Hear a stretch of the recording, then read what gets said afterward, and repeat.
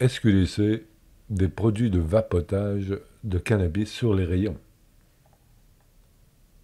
D'ici un an, les clients de la Société québécoise du cannabis, SQDC, pourront se procurer des produits de vapotage en succursale et en ligne. Si la grève... Non, arrête. Après s'être abstenu d'en vendre à la suite des recommandations de la Direction de santé publique émises il y a 5 ans, la Société d'État a finalement décidé de sauter dans l'arène afin de répondre à la demande et d'offrir des produits plus sûrs que ceux vendus illégalement. Publié le 29 novembre, Nathaniel Morissette, La Presse. Un appel de produits a été lancé jeudi afin de trouver des fournisseurs capables de mettre au point un dispositif et des cartouches répondant aux critères de la SQDC, a confirmé à la presse sa conseillère en affaires publiques et porte-parole Shu Han Pham. Pour ces autres produits, elle fait actuellement affaire avec 53 fournisseurs. On prendra également les prochains mois pour former les employés afin qu'ils soient bien outillés pour conseiller les clients sur ce nouveau venu en magasin. Au courant de la récente décision, le Dr Luc Boileau, directeur national de santé publique du Québec, affirme ne pas s'y être opposé. Mais il s'est dit préoccupé. Oubliez les saveurs, les arômes et les emballages clinquants, la SQDC ne veut pas commercialiser un produit de vapotage susceptible d'attirer les jeunes. Près de 73% des 15-17 ans et 55% des 18-20 ans ayant consommé du cannabis dans la dernière année ont utilisé cette méthode, selon l'enquête québécoise sur le cannabis 2023 menée par l'Institut de la statistique du Québec. Impossible pour le moment de savoir quel sera le prix au détail des produits du vapotage vendu dans les succursales. Et la Société d'État affirme ne pas s'être fixé d'objectif de vente pour l'instant.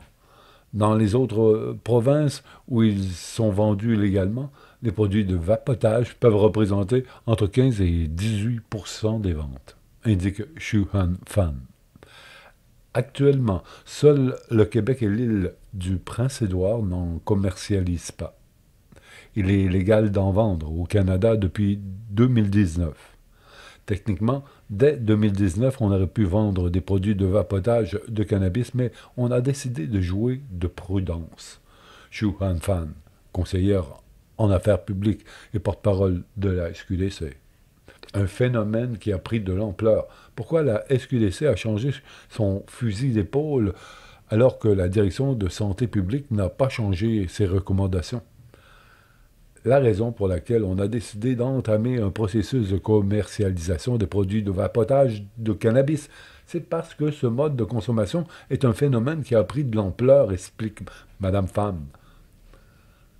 Avec ce que l'on retrouve, ce marché illégal, on a décidé d'agir selon notre mission, c'est-à-dire d'offrir des produits à moindre risque dans le but de protéger la santé publique, dit-elle, ajoutant dans la foulée que les produits offerts sur le marché illicite sont dangereux. Pour les produits de vapotage, on va respecter toutes les normes actuelles appliquées aux autres produits de cannabis, c'est-à-dire un taux de THC qui ne dépasse pas 30% des emballages qui ne sont pas attrayants pour les jeunes. Il n'y aura pas de saveur ni d'arôme, contrairement à ce que l'on retrouve sur le marché illégal, ajouta-t-elle. Tout ça fait en sorte que nos produits sont à moindre risque. C'est ce qui fait notre distinction. Au cours des dernières années, il y a eu plusieurs études où on constate que le vapotage prend de l'ampleur auprès des jeunes, reconnaît-elle. Mais elle ajoute qu'il n'y a toutefois pas eu d'études probantes démontrant que de consommer du cannabis en vapotant était plus nocif que d'en prendre d'une autre façon. Faute d'études probantes, on a décidé d'aller de l'avant. C'est une initiative propre de la SQDC dans le but de contrer le marché illégal et les produits dangereux qui s'y vendent. La direction de santé publique au courant. Avant de prendre sa décision, La SQDC, notamment sa présidente et chef de la direction, Suzanne Bergeron, a, a rencontré les représentants de la direction de la santé publique ainsi que les autorités policières afin de recueillir leurs avis. Une information confirmée par le docteur Boileau. Oui, on a eu à regarder ça. On nous a demandé notre opinion, a-t-il affirmé au bout du fil. S'est-il opposé à la décision? On n'a pas dit qu'on était contre, on a dit qu'on était préoccupé. Pour le moment, il n'est pas tout à fait clair d'un point de vue scientifique que le vapotage de cannabis soit plus nocif que les autres modes de consommation, indique-t-il.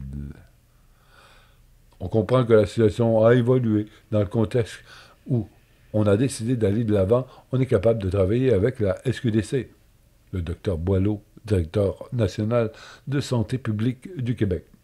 Maintenant que la décision est prise, le docteur Boileau rappelle qu'il est important d'établir les paramètres faisant en sorte que le produit vendu soit sûr tout en évitant d'en faire la promotion. En ce qui concerne l'attrait des jeunes pour le vapotage, Madame Pham assure de son côté qu'il s'agit là de l'une des principales préoccupations. Mais ce n'est pas une clientèle qu'on sert à la base, dit-elle, en rappelant que seuls les gens âgés de 21 ans et plus peuvent acheter des produits dans les succursales et en ligne. Probablement qu'il y a un travail de sensibilisation et de prévention à faire, mais ce n'est vraiment pas notre public cible. Pas un magasin de bonbons. Ce virage vers le vapotage n'ouvrira toutefois pas la porte à la vente de jujubes ou de chocolat dans les magasins de la Société d'État. On ne veut pas se transformer en magasin de bonbons, lance sans détour Shu Han Fan. On ne veut pas banaliser le cannabis, ça demeure une drogue. Les produits comestibles représentent environ 3% des ventes de la SQDC, à part les craquelins, les abricots séchés et les saucissons, entre autres. On a également déjà mis en vente de la sauce à poutine et des soupes ramen.